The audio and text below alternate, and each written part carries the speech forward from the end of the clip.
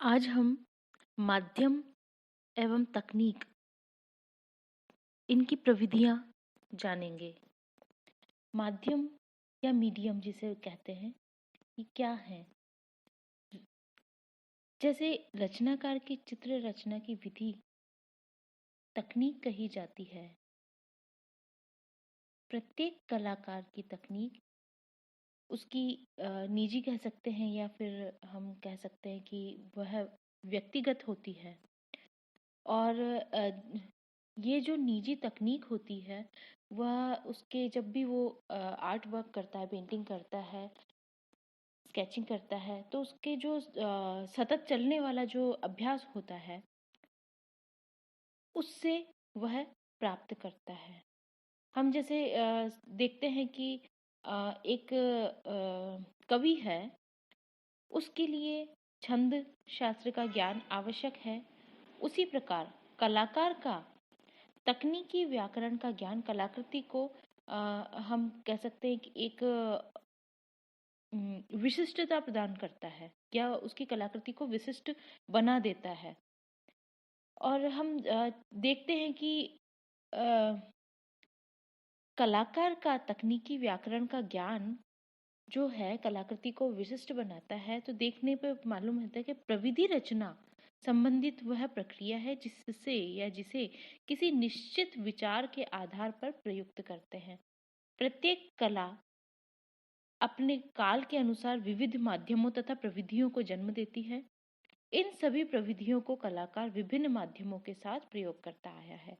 जो भी माध्यम कलाकार को मिला उसी के अनुसार चित्रण कर उसने आत्माभिव्यक्ति की, अपनी जो क्षुधा है, भूख है, उसको शांत किया। किसी भी रंग पदार्थ के चित्रण हेतु एक व्हीकल की आवश्यकता होती है जो माध्यम के रूप में जाना जाता है। और हम देखते हैं कि हर एक माध्यम की विशिष्टताएं अलग अलग होती है। माध्यम रंग पदार्थ को पतला करता है या फिर कोमल कर देता है,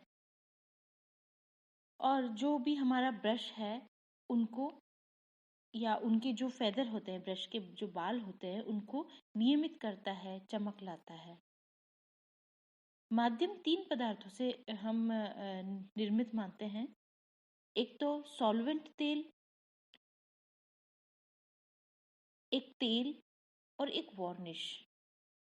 चित्रकार ने जब आदिकाल में चित्रण प्रारंभ किया था तब उस समय माध्यमों का बिल्कुल अभाव था, किंतु फिर भी कुछ सीमित साधन होते थे।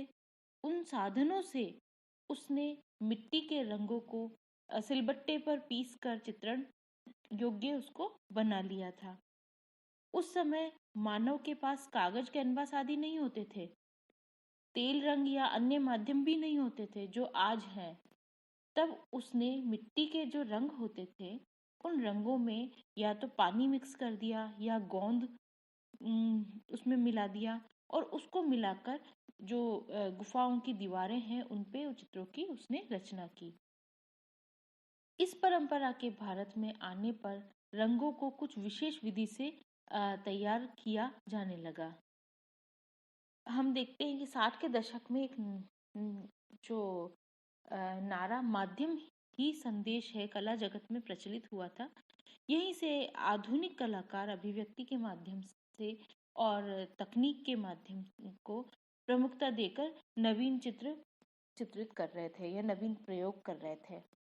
और हर एक कलाकार को अपनी जो आत्मा की अभिव्यक्ति के लिए अपने माध्यम के प्रयोग की विधि तथा उसमें जो भी होने वाली संभावनाएं हैं उनका ज्ञान होना जरूरी होता है, जिसके बिना कलाकार न तो एक कुशलतापूर्वक चित्रण कार्य कर सकता है और न ही कलात्मक सृजन कर सकता है। भारतीय शिल्प शास्त्रियों ने भी अपने ग्रंथों में कलाकार के लिए प्रविधियों का तथा माध्यमों का ज्ञान आवश्यक माना है, और साथ ही साथ टेम्परा, फ्रेस्को आदि के चित्रण की प्रविधियां भी बताई है। धीरे धीरे मानव के विकास के साथ साथ नई नई प्रविधियों की खोज हुई और माध्यम का क्षेत्र भी असीमित हो गया। कंपनी शैली के साथ तेल रंगों का प्रचार भारत में प्रारंभ हो गया और आज तो कंपनियों ने इतने अधिक रंग शेड तथा माध्यम बना दिए हैं जिससे कलाकार जैसा चाहे वैसा प्रभाव प्रस्तुत करने में समर्थ है। प्राचीन समय में सीमित साधनों के कारण कलाकारों ने जो रंग लगाए वह वातावरणीय प्रभाव के कारण कुछ धूमिल से हो गए हैं, किंतु आज इस क्षेत्र में नए नए प्रयोग हो रहे हैं जिससे रंगों को स्थायी बनाया जा सकता है। आज चित्र में विषय की तुलना में तकनीक की विविधता प्रमुख है, जिसके लिए कहीं कलाकारों ने कोमल तुलिका संघातों और कहीं गाढ़े रंगों से चपटे तुलिका संघातों को लगाकर चित्रण किया, कहीं तेल और एक्रेलिक के साथ प्रयोग किया और कहीं रंगों को बहाकर या उसमें कुछ सामग्री मिलाकर कार्य किए।